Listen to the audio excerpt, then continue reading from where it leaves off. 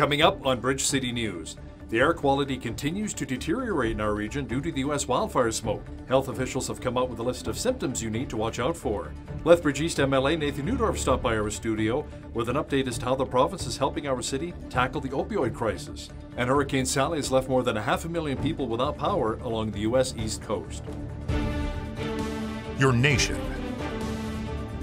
your province, your southern Alberta. From the heart of Lethbridge, it's Bridge City News with Hal Roberts. Thanks so much for joining us. The quality of air in southwestern Alberta due to wildfire smoke in the United States is expected to deteriorate, according to Environment Canada. In Lethbridge, it is currently at moderate risk, but is expected to get closer to high risk by the end of the day Friday. Health officials say young children, pregnant women, and seniors are the most at risk. There are also those with underlying health conditions who should limit their time outdoors, including those with COPD, heart condition, and diabetes. The federal government says even if you're healthy, you should look out for the following symptoms: irritated eyes, increased mucus in the nose or throat, constant coughing, and difficulty breathing, especially during exercise. You may also feel lightheaded or feel a tightness in your chest and have a tendency to sweat. Health officials say if you're experiencing any of those symptoms, to call 811 right away. The Centers for Disease Control and Prevention in the United States is saying that cloth masks offer little protection from wildfire smoke. The CDC website warned this week that cloth masks that are used to slow the spread of COVID-19 by blocking respiratory droplets offer little to no protection against wildfire smoke. The group says the non-N95 masks do not catch small particles. A vocal critic of the coronavirus lockdowns, New York Times reporter Alex Berenson tweeted, "Fun fact, smoke particles are far larger than COVID-19. Your mask protects, well, no one." The wildfire battles continue along much of the U.S. West Coast. California Governor Gavin Newsom expressed optimism over his state's fight against the blazes, which have now consumed more than 4.7 million acres in 2020. That is up from the 4.2 million acres consumed last year. We're currently battling some 25 major fires, what we refer to as complexes, where fires, 1,100 just in the last 30 days of fire starts. A lot of them start to converge together in larger complexes. The good news is while we have a little red flag conditions, modest red flag conditions in the northern part of the state, the wind conditions have been, relatively speaking, more favorable in the last week or so.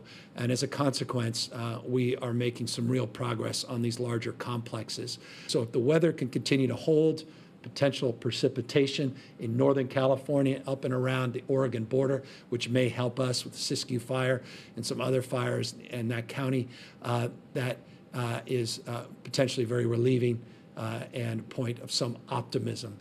Police in Claresholm have charged 2 people from Red Deer with possessing and distributing counterfeit U.S. money.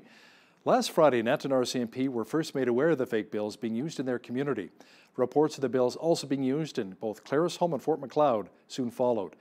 37-year-old Clayton Wayne Jordan and 26-year-old Brooke Adriana McCluskey of Red Deer face various charges, including possession and distribution of counterfeit money. They also face various drug charges.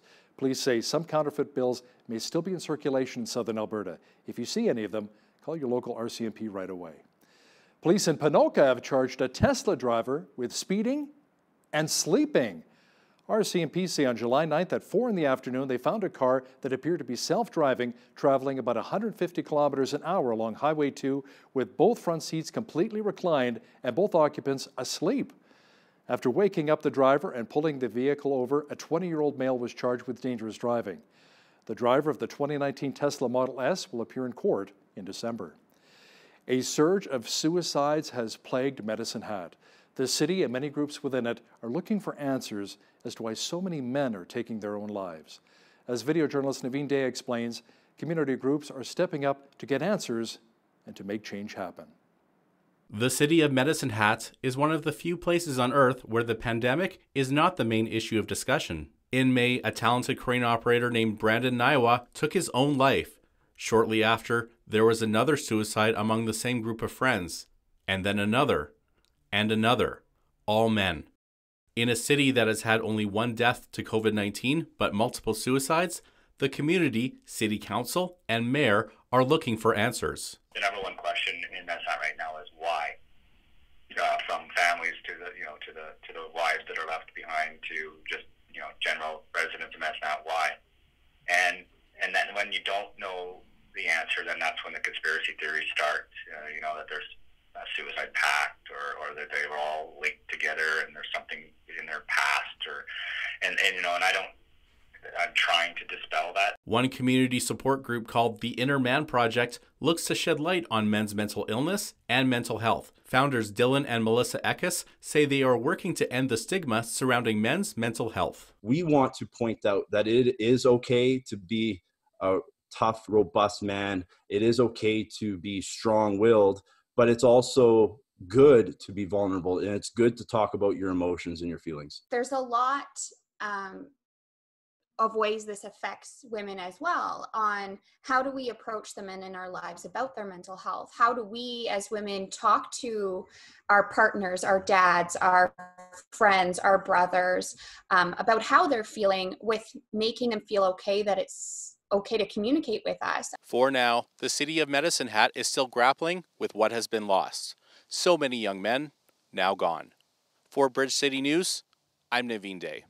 It is time to unpack your swimsuits because the Nicholas Sharon Pool in Lethbridge is geared to reopen on September 21st. Change rooms will be open for swimmers, albeit with social distance guidelines, and masks will need to be worn inside until you're in the pool. The hot tubs and saunas will be open to the public as well with limited capacity. Staff are asking swimmers to shower before they go into the pool, but not afterward. We're going to have the same programs that we virtually had pre-COVID. The difference that you're going to see is the COVID precautions that we have in place to mitigate risk. And lessons will be happening beginning September 28th. The difference with lessons, we've reduced the capacities for lessons as well as our other swims. And the young levels, preschool through to Swim Kids 4, actually have parents that have to participate as instructors have to socially distance. Yeah, I mean, we're excited from a city standpoint to be able to open more facilities for the public. I know it's been difficult for the citizens and the users not having these opportunities to get out and participate. So we are very excited to be able to move closer to getting all of our facilities back open again. As for Fritz Sick Pool, the city plans on reopening it in late October. BCN also received word today about when the hot pool at the YMCA will potentially reopen. We recently obviously got clearance from Alberta Health Services to reopen the hot tub and steam rooms. Now we go through the very interesting phase of investigating the state of our hot tub and steam rooms after being shut down for 6 months. Behind me right now there is water in the hot tub, and we are doing water leak testing for a couple days here to determine if anything dried out over the course of it being shut down. And then we have a mandated at least 1 week period of completely operational safe water that has to happen. So if anything happens in the next few days, from the date that it's given clearance, we have to wait 7 days from that. So not ready to announce what day the hot tub and steam rooms will open, but definitely we have begun the process of getting those facilities ready to offer to Lethbridge. The YMCA has teamed up with the Lethbridge School Division number 51 to provide an early childhood education program that will be located in the YMCA in our city. The Early Childhood Services Coordinator says this collaborative effort is a good fit. This is a partnership that's new for Lethbridge School Division. We obviously run our programs within our school sites, but of course with Coalbanks having space constraints, we entered in some discussions with YMCA starting last fall, and we're able to arrive at this today in terms of having a space for our 3 and 4-year-olds to have their learning journey start. And it's such an important program in that it sets foundations for the rest of their learning life as well as just life in general. And we do focus a lot on brain development in our programming. We do partner with the neuroscience department at the U of L, and Dr. Robin Gibb has developed an executive functioning curriculum for 3 and 4-year-olds that we implement across our school division, and we've had wonderful results as a result of that. When the school division approached us last fall about potentially housing the early years program, we saw that as a really genuine fit for the YMCA in our efforts to be more engaged in the community and to build some strategic partnerships. Also, we really appreciate the premise of the school division's program around early learning and play. It's a really great fit for the YMCA's own early learning and childcare philosophy. And so we moved ahead to figure out what this would look like for them, and here we are today. Officials say the program also caters to children with special needs. With the global economy taking a big hit because of the novel coronavirus, business owners are being forced into a future of unknowns. Many are exploring innovative ventures like virtual reality. Economic Development Lethbridge and Lethbridge College are partnering to host the Automation in Supply Chain Conference. BCN's Ainsley O'Reilly was there and learned how businesses are using this technology to focus on what many are calling the new normal. COVID-19 has forced many of us to cancel in-person events. The people behind me are taking part in a virtual reality business conference. We've got Rindy, and Michelle Evans should be on her way up to the screen. Oh, yep, and there's Michelle. It's kind of neat to be able to walk around the different people, and some of them you can recognize with their avatars and some you cannot. The event, hosted by Supply Chain Canada and Dematic, was orchestrated by Lethbridge College and Economic Development Lethbridge. This is the first time that we have heard of that somebody is doing an event like this in virtual reality. From the comfort of our home or office or wherever we're at, we are connecting globally with different people to teach and learn about the technology. People want to be able to talk and see people, so this is a really good method to do that. The pandemic has decimated many supply chain jobs. The conference aims to find ways to fill those roles with automation. All automated, you get to go into those spaces and see the technology in action. More creative human jobs rather than some of the supply chain jobs that could be maybe better suited to be automated. Innovation on a global scale, cultivated in Lethbridge. For Bridge City News, I'm Ainsley O'Reilly. Canada is a world leader in condiment mustard seed production. Our country accounts for 70 to 80% of global exports annually. Bridge City News spoke with a local mustard seed producer on their mustard business and how well it's been going so far this year. Mustard sales have been they've been good. They've been down a little bit at the farmers market, but the retail sales and the restaurant sales have increased this year, and we've expanded more so our business is getting more well known. COVID or no COVID, we would like to see more expansion, maybe more international sales. My father was a pedigreed seed grower, and he was one of the first farmers to receive Lethbridge Oriental, Lethbridge 22A Oriental mustard seed back in, I think it was 1964, 65. So we've been growing Oriental mustard on the farm ever since that time. There's three types of mustard. There's yellow mustard, which is the mildest. There's brown mustard, which is a little spicier, and then Oriental mustard, which is spiciest. You can't grow the three varieties on the same farm, so different farmers have to grow different varieties. And it's seeded in the spring. It's a cold weather crop, and typically when it grows, yellow mustard grows perhaps about 3 feet tall. Brown mustard is a little taller than that, and the Oriental mustard is very tall. In a good year, it can be 7.5 feet tall. The Lethbridge Terry Fox Run is taking place virtually on September 20th. That means a little bit of a different approach for the run compared to previous years. As Micah Quinn explains, Terry Fox's family is making sure they honor Terry by keeping his memory alive, all the while collecting pictures for a display that will be shown at the Galt Museum. 2020 marks the 40th anniversary that Terry Fox ran his Marathon of Hope to raise awareness and funds for cancer research. This year in Lethbridge, the Terry Fox Run is going virtual, so there won't be a large group meeting. Walk around Henderson Lake, even around the Civic Track if you want, downtown, just wherever. You jump on your trampoline in your backyard. Whatever it is, we hope that you'll videotape it and share it with us, and hashtag it with our hashtag YQL Terry Fox Run. Bobby Fox is working on an exhibit that will be displayed at the Galt Museum in honor of Terry Fox. And so it'll be looking at the history of that, plus it's also going to be incorporating why Terry means so much to people here in Lethbridge. So I'm trying to collect people's stories. Terry Fox's uncle says he always mentions to people why his nephew ran the Marathon of Hope 40 years ago. When he was getting his operation in BC, when they cut his leg off above the knee, he said, Uncle Terry, I was so down. I said, well, no wonder. Yeah, he said, you know, I was just 18 and only one leg. And when he finished the operation, the doctor said, Terry, we got no room in the adult ward. We got to put you down in the children's ward. And he said, that's fine. He liked kids, he told him. And he would have made himself a great dad. So he goes down there and said, Uncle Terry, look, some of the kids are bald. Some couldn't even get out of bed. I stopped feeling sorry for myself right then and there. And then he figured, later on he heard there was very little research being done at that time to fight cancer. And he said, I got to figure out a way to raise money to help those poor kids. To register or donate for the Lethbridge Terry Fox Run, you can go to terryfox.org. For Bridge City News, I'm Micah Quinn. The Insurance Bureau of Canada is speaking out about the growing number of cargo thefts. This follows news that thieves made off with truckloads of hot tubs and beef within days of each other in rural Alberta.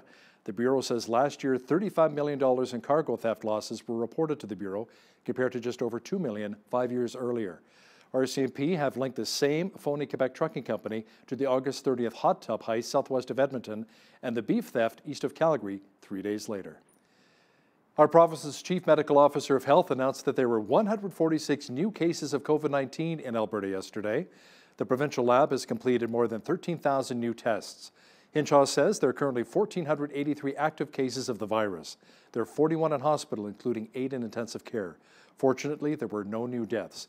Hinshaw says there have also been more cases of the novel coronavirus in our schools. She says we need to support those who came down with the virus. As of this morning, AHS has confirmed 64 cases that were present at 48 schools while infectious. While the people behind these numbers are at a low risk of severe disease, they are finding themselves collectively subject to intense scrutiny. Please remember that these are individuals, and they are not bad people.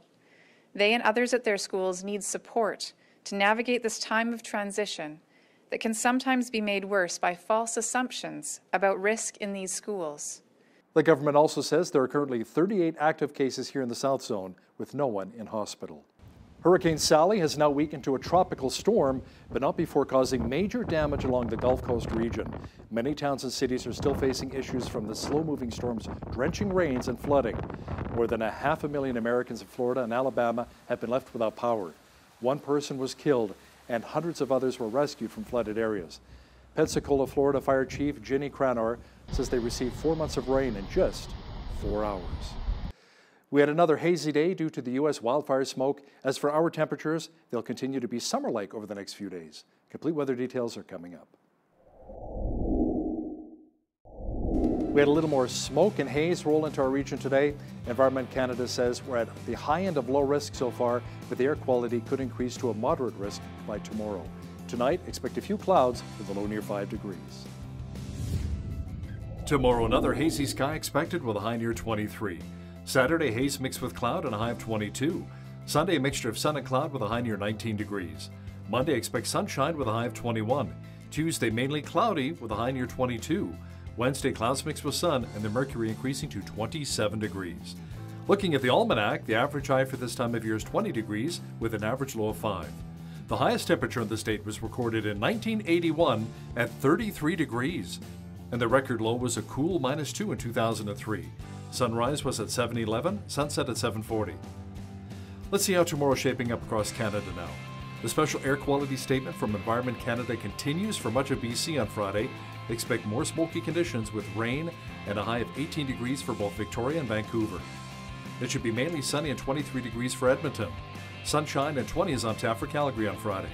Just a few clouds at 23 for Regina. Partly cloudy and 22 for Saskatoon tomorrow. Mostly cloudy and 15 for Winnipeg. Just a few clouds and 14 degrees for Toronto. Mainly sunny and 13 for Ottawa. Overcast and 14 for Montreal. In Atlantic Canada, there's a good chance of showers and 14 for Fredericton, New Brunswick. Rain and 19 degrees for Halifax, Nova Scotia. Showers and 14 for Charlottetown, PEI.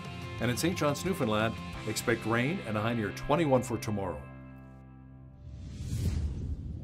Sony says its upcoming PlayStation 5 video game console will cost $500 US and will launch on November the 12th. That will set up a holiday battle with Microsoft's Xbox Series. Video game fans have been chomping at the bit for the new consoles, and not just because of the pandemic. The roughly 7-year cycle of a video game console appears to be ending. The previous Xbox, Xbox One, and Sony's PlayStation 4 were released back in 2013. Cogeco Communications is accusing Rogers and its American partner of using bad faith tactics in their attempt to buy the company without support from its controlling shareholder. The accusation comes in a letter released 2 weeks after Rogers and Altice USA announced a $10.4 billion offer. A spokesperson with Cogeco says they failed to disclose to the public that they'd already been flatly rejected the previous night. The letter also alleges that the unsolicited offer was made public despite the rejection in order to put pressure on the founding Audette family. The CEOs of Rogers and Altice say Cogeco failed to fulfill their duty to consider the proposal fully on behalf of all shareholders and not just the Audettes. The Chamber of Marine Commerce says demand for wheat, canola, and soybeans is pushing grain shipments up by 20%. The Shipping Association says between April and August, over 5 million tons of grain passed through a key trade corridor, the Great Lakes-St. Lawrence Seaway. Officials at the Thunder Bay Port Authority says they're on pace to ship more cargo this year than in any year since 1997. The strong grain harvest has been a bright spot as many ports recover from the COVID-19 pandemic, which disrupted supply chains this year. As the weather cools, more and more Canadians are looking to extend patio season by adding a heater to their outdoor living space. According to the Retail Council of Canada, the demand for patio heaters has risen so much that retailers have been struggling to keep them in stock. Officials say the demand for products is coming from both the residential and commercial side. Retailers from both Home Depot and Canadian Tire confirm that they've seen an increased demand. Now, here's a look at today's markets.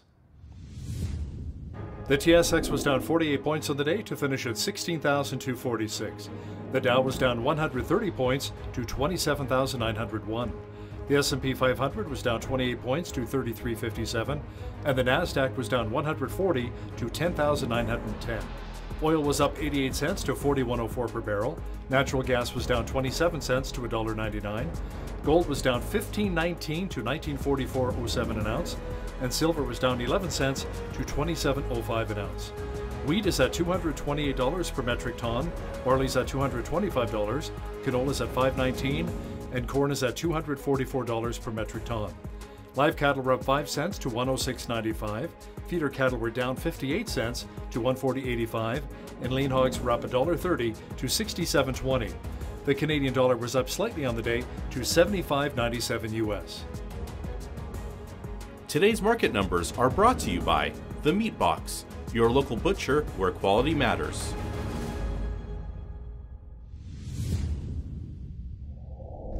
Recapping one of our top stories this hour, police in Claresholm have charged 2 people from Red Deer with possessing and distributing counterfeit U.S. money here in southwestern Alberta.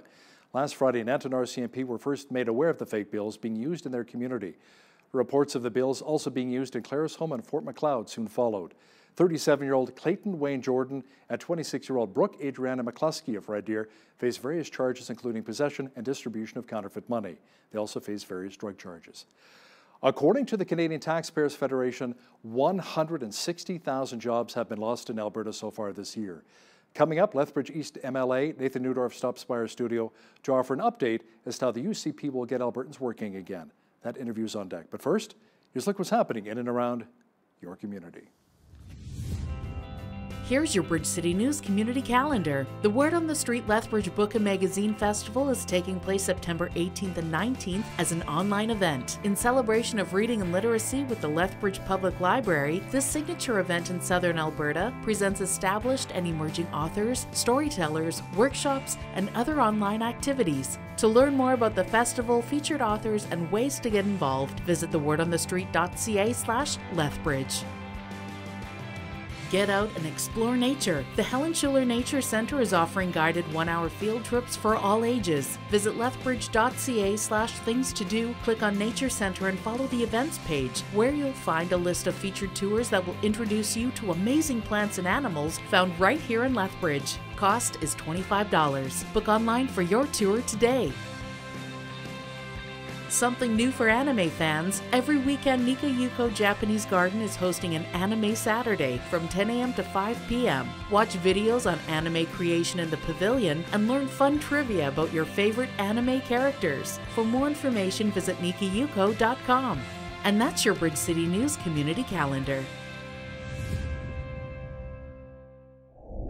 A recent call by the Canadian Taxpayers Federation is for the Alberta government to rein in spending and no new taxes. Now, the group says Albertans are still hurting financially. A recent report says 160,000 Albertans have lost their jobs since February, and more small businesses are at risk of shutting down permanently during the COVID-19 pandemic. To discuss this in more detail and what's happening with the UCP government is Lethbridge East MLA Nathan Neudorf. Welcome back to the show. Great to be here, Hal. Nathan, let's talk about 160,000 jobs lost since February. What's the province doing to get Albertans working again? Well, that's the basis for our $10 billion, record-setting $10 billion investment in infrastructure. We know that infrastructure is the work that puts people to work. We want to invest strategically, and some of that is in agriculture, in Lethbridge. The Exhibition Park started that, Highway 320, and those projects are really going to help that industry grow. What can we really do to help this become an agriculture hub for the entire province, or maybe even for Canada? Well, it already is, but we need to get that message out there. So one of the things that I've been working on with ministers up in Edmonton is to do a trade mission out of Lethbridge to really support our agricultural industry, not just our ag products, but also the food processing products and our seed. Our seed now can grow some of the greatest crops in the world, and we're highly recognized for that. Now, the province has a $24.2 billion deficit this year. How is the government planning on getting the spending under control and try to get back to black with our books? That's and it's tough during a pandemic, it's right? It's a really tough challenge, right? We know you can't dig your way out of a hole. We need to develop and get our economy back. You can't tax something that's not there. So that's job number one. We've got to build our economy back, got to get people back to work, and then we can look at additional measures going forward. Some people talking about a provincial sales tax, potentially maybe an HST, 8% from the province, 5% federally, but you say there's a bit of a danger with that, and why is that? I think there really is a danger. We don't know what the federal government's going to do with their tax rate. They've spent $300 billion in counting, and if they adjust the GST from 5% to 8 or 9 or 10%, to add a provincial sales tax on top of that could be really damaging. So one is there's other jurisdictional taxes to be aware of. Two is we need people to get back on their feet and then see what we can do. There might be some tax reform that we can discuss in the future, understanding that provincial sales tax might be more efficient, but it's not a silver bullet. And we want to make sure that we protect those who are on fixed incomes. I'm really aware of seniors in Lethbridge as a retirement town. Any tax rate increase really impacts them. Their income doesn't necessarily go up.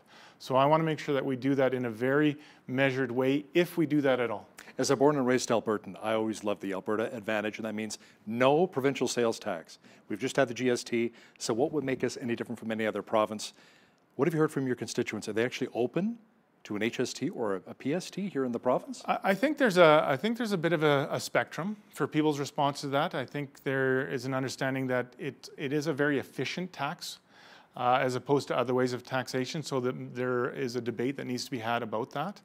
But again, it's not the silver bullet. If you add that level of taxation, you may have to do other things that you take back to protect other segments of our population, like I've mentioned. So it's not going to just make billions and billions of dollars for us. A 1% tax could bring in provincially about $1 billion.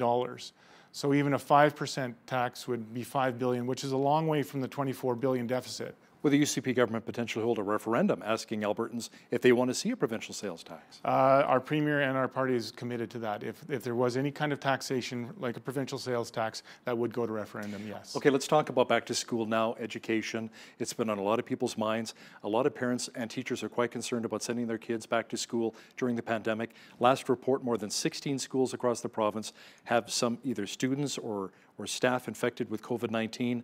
Many people are saying we opened up too soon. What are your thoughts? I don't think we opened up too soon. There is lots of speculation all over the map of what to do, and sometimes you need to just start and see what you can learn. Dr. Dina Hinshaw has been working with the Minister of Education all the way through this process. I know our two superintendents, Dr. Cheryl Gilmore and Ken Sampson, have done a tremendous job meeting almost every day since schools were closed in March to come up with a plan.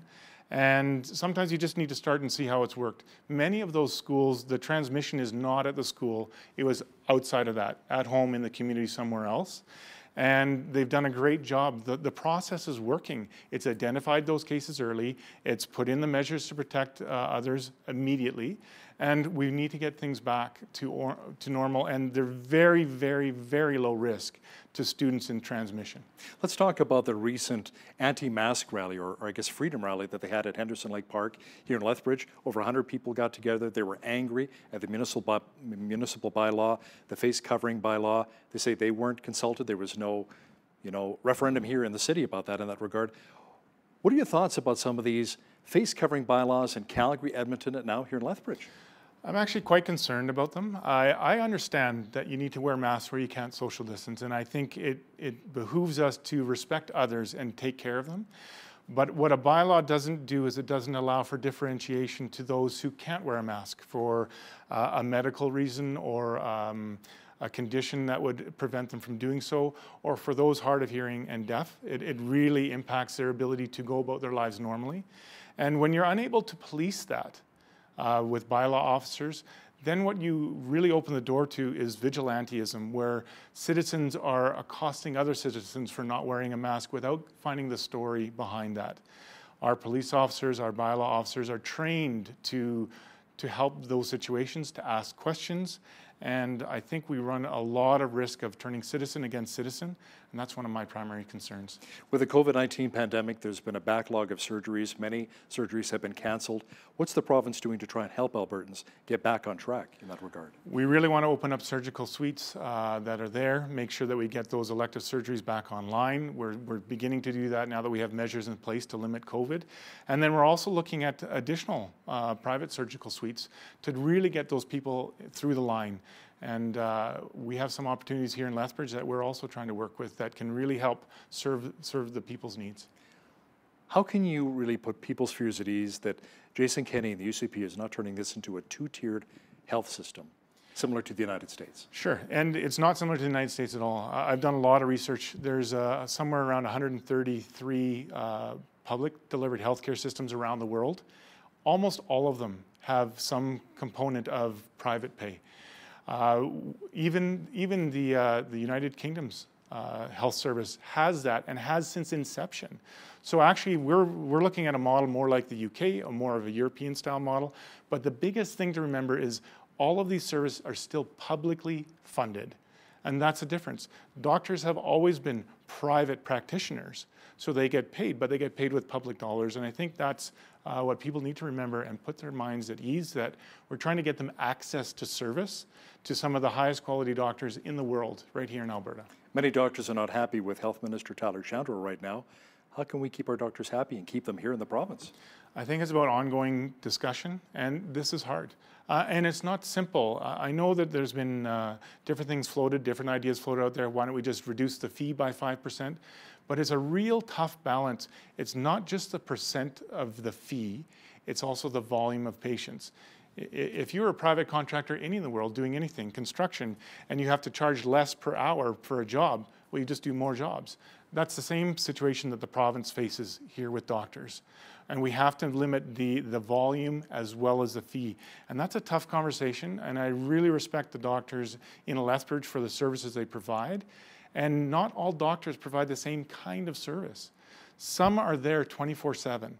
And that's a different fee model than those who are doing something by volume. So there's a lot of nuance and specialties that need to be addressed in that model.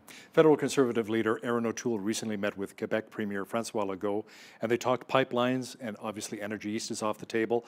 Premier Jason Kenney said it's been off the table since 2017 with the Liberals. Nathan, let me ask you something. Do you think we'll ever see a west to east pipeline in our country? Well, I hope so. I really do. I think last winter when we had the rail lines go down, we really realized the need for that pipeline, that consistent access, as well as it's the most environmentally protecting kind of way to transport bitumen. And a lot of times we hear people saying, well, we need that refinery in Alberta. That would actually result in us needing more pipelines, because then every different type of gasoline, diesel, and other byproducts would have to be separated out. You can't send them all down the same pipeline. We can't send them on down their own one pipe. So yeah, it's a big challenge. What's the plan moving forward in 2021? Because southwestern Alberta is big in agriculture. But how can we really support our farmers here down in Lethbridge? Our farmers here are world-renowned. We are looking at, we've already done some $10 million of investment into our irrigation system, and we're looking at doing more.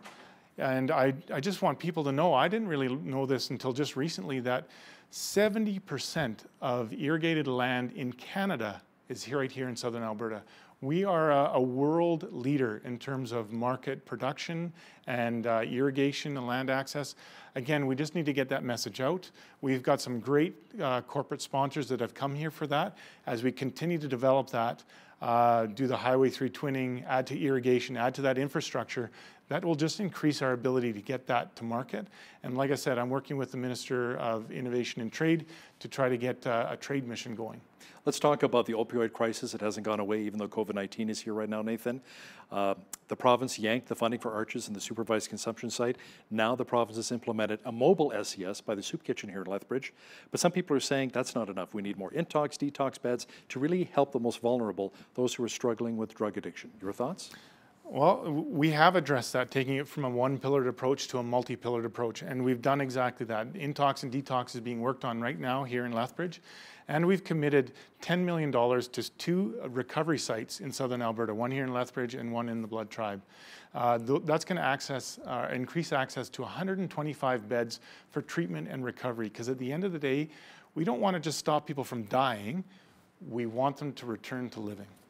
Now, earlier this year, we heard from Minister Schweitzer talking about the plans for a drug court in our city. Why don't you explain to our viewers exactly how a drug court works and why it's necessary? When can we expect one to open here in Lethbridge? I don't have an exact time for you. It has been delayed because of COVID, so they're working on that. And basically what it does is it seeks to divert those individuals who aren't really hardened criminals away from the criminal justice system to something that will address their needs. If they're stealing to pay for an addiction, we need to help address the addiction before we can stop the stealing. That's what drug courts are meant to do, and be creative with that, and Lethbridge has got a really great opportunity. Schweitzer's now the Innovation Minister. Casey Madu is the new Justice Minister, our province's first Black Justice Minister, which is pretty cool. Now, with the cabinet shuffle, do you foresee less attention brought to rural crime and a deeper focus on municipal policing? No, I think rural crime is still very, very important to many Albertans. So that will continue to be something that we work on. There will be an additional focus to municipal policing and how we work with municipalities as we rebuild from COVID and the recovery efforts there. Now, many of our viewers have asked, why do we actually need a provincial police force? The RCMP is doing a great job. You know, been around forever. What are your thoughts? Because I know Kenny's pushing for that. For sure. Police force. And it is very distinct that the RCMP hold a lot more prestige and heritage and tradition for those who dwell in major centers and cities.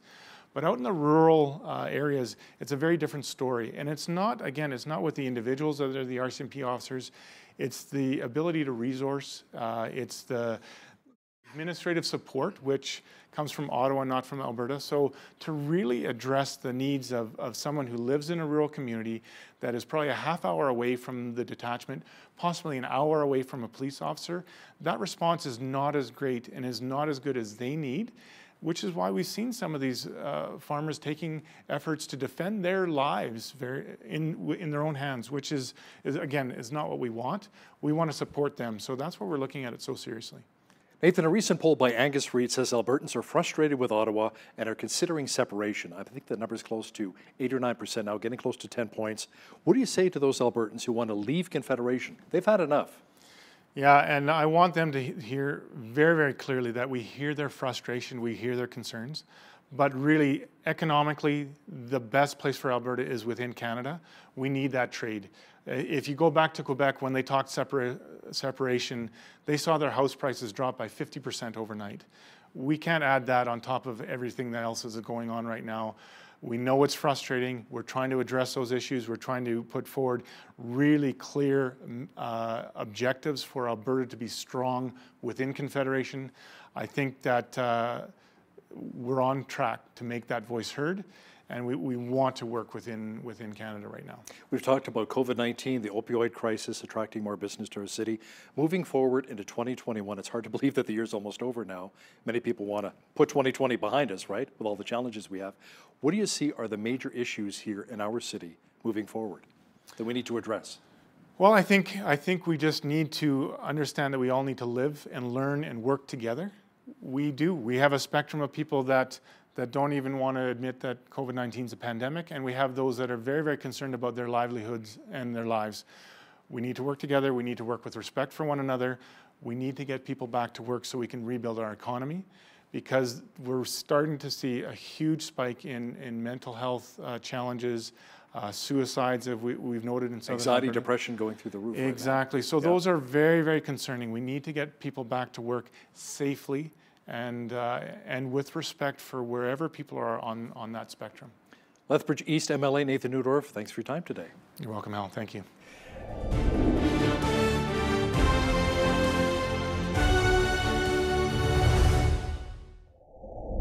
Abortion is a topic that stirs up passion on both sides of the debate. It seems, however, that the pro-life side of the conversation is not being welcomed in the public square. Joining me now in studio today is Ruth Shaw. She's the Executive Director of National Campus Life Network in Ottawa, and we're going to discuss this very hot-button topic of abortion. Ruth, welcome to BCN. Thank you for having me. So tell me about your organization, NCLN. What is it all about? Yeah, so we're a youth organization, an anti-abortion organization that works to persuade young people to reject abortion. So young people in Canada are the ones having the most abortions, and so we believe if we want to see an end to that, we need to address the demographic having them. And so the way that we do that is by localizing onto university campuses, where we mentor, train, and mobilize campus pro-life clubs to bring the anti-abortion message to campus. Now, you believe that Canada, Ruth, will one day be abortion-free? How is that possible in a country like ours? Yeah, I mean, I don't think it's going to happen in a short amount of time. But if you look at other movements, especially on the left and in any other sphere, where you're able to catalyze people and speak to people and get them to adopt certain life-affirming values through repeated messaging, or through just constantly bringing the debate and exposing how bad something is, I do believe that at some point in our lifetime, we will see massive amounts of people reject abortion as more and more comes to light as to exactly how bad abortion actually is. And you believe that young people are truly the catalysts for changing society and our mindset here in Canada? How so? Well, I mean, to be clear, that can go either way, right? So, in our country right now, the vast majority of young people accept abortion as perfectly permissible. So if you ask the average person, as we do on university campuses, you ask them, what do you think about abortion? And they will say, oh, I'm pro-choice, just totally automatically. It's an automatic response. We've met so many young women who, when they find out they're pregnant, they automatically say, well, I'm going to have an abortion. So you can be a catalyst for change in that way too, by promoting abortion and accepting it and promoting it to your peer group. However, if you're able to convince young people to, and show them the logic and the science that proves that abortion is abhorrent, I think that young people have proven to be the demographic for years and years and years that when they're catalyzed and convicted and mobilized, they will affect great change in our country. And so we're aimed at systematically speaking to young people on a university campus and mobilizing them and giving them opportunities to speak up, just as the pro-choice movement has done with young people, which is one of the reasons that we've seen abortion last for so long in our country. Ruth, why do you think it is that so many universities are pro-choice and they don't even want the discussion? They're not willing to welcome pro-life voices onto campus? Why do you think that is? Yeah, so, there's obviously probably money involved somewhere, but we're also dealing with a narrative and a history in our country of abortion being on demand for a very long time. So this is now the third generation that we're seeing who just accepts abortion as totally acceptable.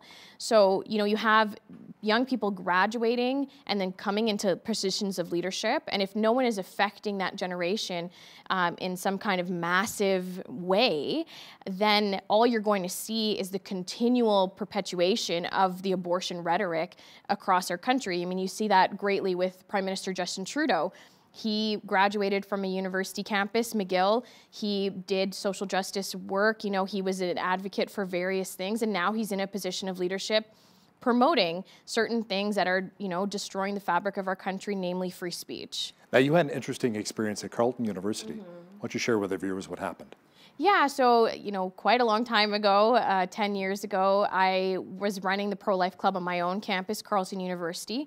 And, we were aimed at bringing the dialogue to campus no matter what. And so we wanted to put on a display that showed people exactly what abortion was. And the student union and our administration really didn't like us. We were sort of infamous on campus because we wouldn't let up in our messaging. And we applied to use this space on campus to put up the display, and the administration had a big problem with that, and so they denied us the ability to use space that everyone else on campus is allowed to use. And so we said to the university, this is discrimination. It's content-based discrimination. We're tuition-paying students, so we have a right to this property, and it's not for universities to decide who gets to talk about what.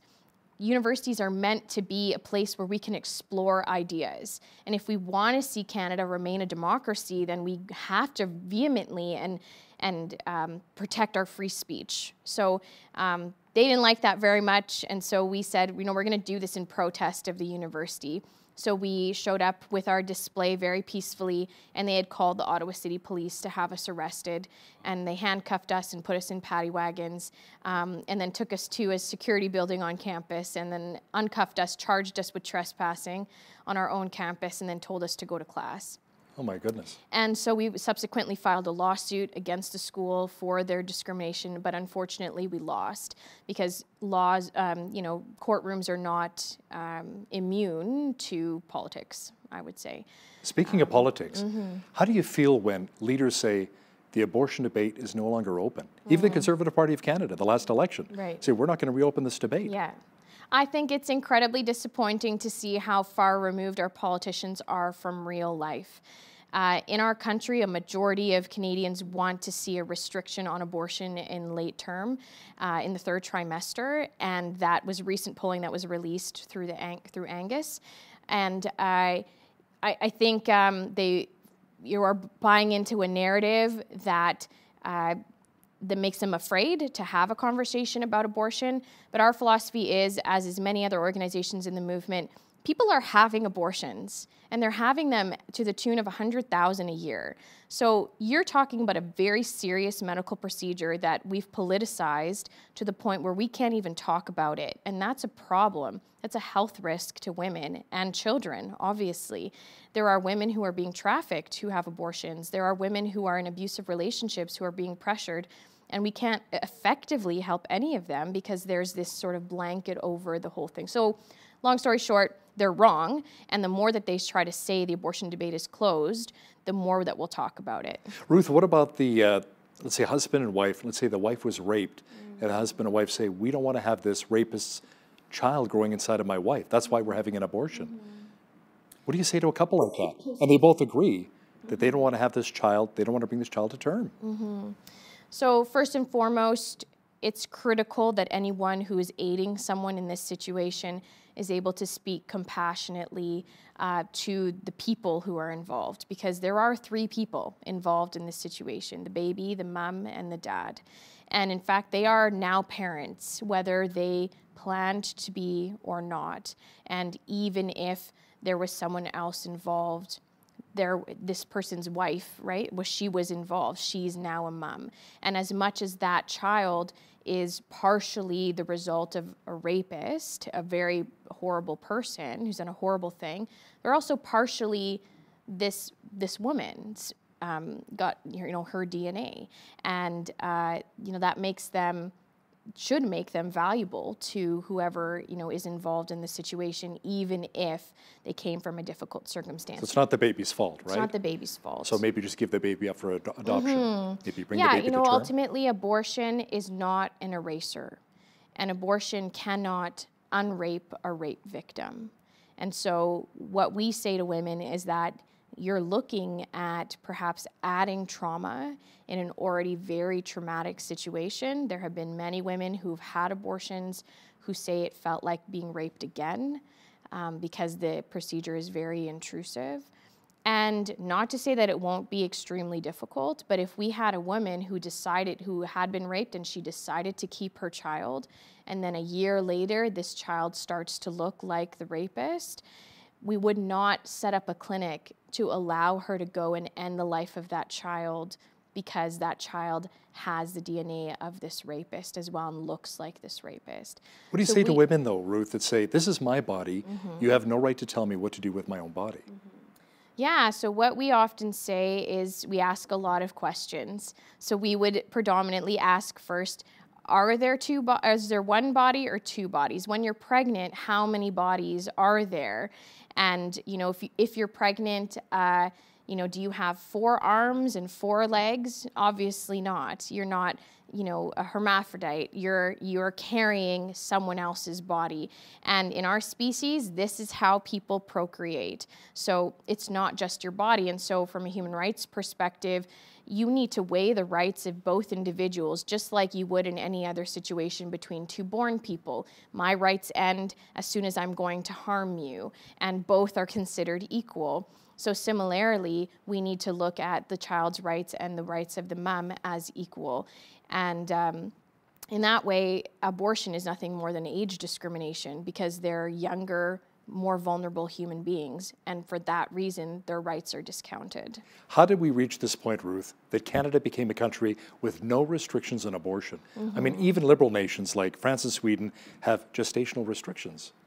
Yeah, it's a good question. So again, from my perspective, it's a historical narrative that's been passed down now generation to generation. And the result of abortion is very hidden from the public. You know, you could go, if you're not in some specific field, you could go years without knowing where the abortion clinic is in your city, or that abortions are even happening, or what is abortion at all. People have this very vague concept about what abortion is. And so for that reason, it's easy to build marketing and a narrative around something that people don't really understand. So you know, in our work, we try extremely hard to bring the reality and the truth of abortion to young people and really get them to challenge their own preconceived notions when it comes to abortion, because most of it is just absolutely crazy. Like, we have ultrasound machines and a very clear picture and way to determine when human life begins based on science, logic, and imagery, and yet somehow this narrative has remained intact. Has that ultrasound maybe changed women's perceptions or opinions about getting an abortion once they actually see their child inside of their bodies? Especially in the States where there are fewer regulations in being able to have ultrasound technology in crisis pregnancy care centers or outside abortion clinics. Like, I know an organization that has set one up in a bus, and then as women are heading to the clinic, they ask them like, hey, why don't you just get checked first? And then they're able to convince them to have an ultrasound, and it's had an incredible ability to change women's minds. And I know so many stories like that where once they actually are able to see either what an abortion is or the ultrasound image of their own child and their own offspring, their minds change. You know what's interesting too, Ruth, is that recent studies have shown that Canadians, though the majority of Canadians are pro-choice, they're actually against gender-selective abortions. Yeah. Why do you think that is? Well, I think it's a bit of a difficulty if you are pro-choice, which is, you know, based on the narrative of women's rights, and yet you promote and support the killing of young women in the womb. You can't have it both ways.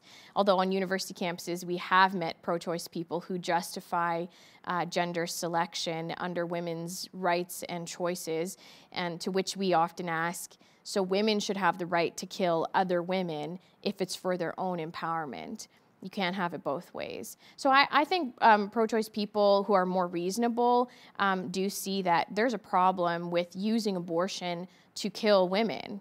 And we're, you know, in China and India, this is certainly proven to be a problem. It's nothing more than dehumanization. And, you know, similarly, there are a lot of pro-choice people who I think would oppose late-term abortion, at least from our experience on campus, and certainly the polling suggests that most reasonable people can see, okay, like if she's in crisis at first, or having those conversations. But once the baby's viable, all those arguments fall apart. Not that they were very good to begin with, but they become far less understandable. Sometimes people as well, Ruth, they want to have an abortion when they find out that their child maybe has Down syndrome. There's some real physical challenges with this child. What do you say to that couple? Well, again, what we've typically said is, would you have the same mentality with a born child who has disabilities? Now, problematically in our country, some people probably would say, end their life as well. So what we try to do is explain value, and we explain that, there are varying, just variables or characteristics that change through the course of your life. And we need to eliminate suffering and not sufferers. And frankly, people with Down syndrome are some of the happiest people that I have ever met, and they bring so much joy and color to our world. And if the left truly wants to be diverse and, identity politics and really value people based on who they really are, then certainly this hypocrisy around abortion when it comes to disabilities is just absolutely ridiculous and needs to change. I know a couple in Edmonton, they had to wait 3 years to adopt because there was a shortage of babies. Wow. So doesn't that make sense then to have the babies, to bring them to term, eliminate abortion, and then bless these families that want to have children and adopt kids? Yeah, it's a very have the opportunity, right? Yeah, very interesting that many people who support abortion are also against adoption, and they say, well, you're going to have a child out there. How traumatic is that? Well, I mean, abortion is extremely traumatic to go through, yet we don't talk about it as a trauma, which adds another trauma to that situation. But yes, I myself was adopted as a baby from India, and I think that, people would be blessed to adopt, and certainly there are more couples waiting to adopt children than there are children in Canada. Ruth Shaw, Executive Director of National Campus Life Network out of Ottawa. Thanks for joining us here in studio today. Thank you so much for having me. On behalf of all of us here at BCN, I'm Hal Roberts. God bless. Thanks so much for watching.